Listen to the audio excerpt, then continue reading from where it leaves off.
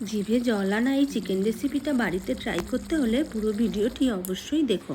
এর জন্য প্রথমে চিকেনটাকে ধুয়ে নিয়ে ওর মধ্যে আদা রসুন কাঁচা লঙ্কা বাটা, হলুদ গুঁড়ো, কাশ্মীরি লঙ্কা গুঁড়ো, নুন, ধনে গুঁড়ো, গোলমরিচ গুঁড়ো, টক দই দিয়ে মাখিয়ে 15 মিনিট রেখে দেবো। এদিকে একটা ফ্রাই প্যানে গোটা গরম মশলা, জিরে, শুকনো লঙ্কা শুকনো করে ভেজে তাতে বাটার দিয়ে এবার ওর মধ্যে পেঁয়াজ কুচি দিয়ে দেবো। পেঁয়াজ ভাজা হলে কেটে রাখা টমেটো দিয়ে কিছুক্ষণ নাড়াচাড়া করে নেব। টমেটো মজে গেলে নামিয়ে নিয়ে ঠান্ডা করে মিক্সিতে দিয়ে পেস্ট বানিয়ে নেব। ওই প্যানে তেল গরম করে তাতে জিরে ফোড়ন দিয়ে ম্যারিনেট করা চিকেনটা দিয়ে কিছুক্ষণ কষিয়ে নেব। আদা রসুনের কাঁচা গন্ধ চলে গেলে বানিয়ে রাখা পেস্টটা দিয়ে আবারও কিছুক্ষণ কষাবো। কষানোর সময় গরম মশলার গুঁড়ো দিয়ে দেবো। বেশ কষানো হয়ে গেছে, এবার এতে গরম জল দিয়ে ঢাকা দিয়ে দেবো। ঢাকনা খুলে ওপর থেকে ধনেপাতা কুচি ছড়িয়ে গ্যাস অফ করে কিছুক্ষণ ঢাকা দিয়ে রেখে দিলেই রেডি অসাধারণ স্বাদের মশলা চিকেন।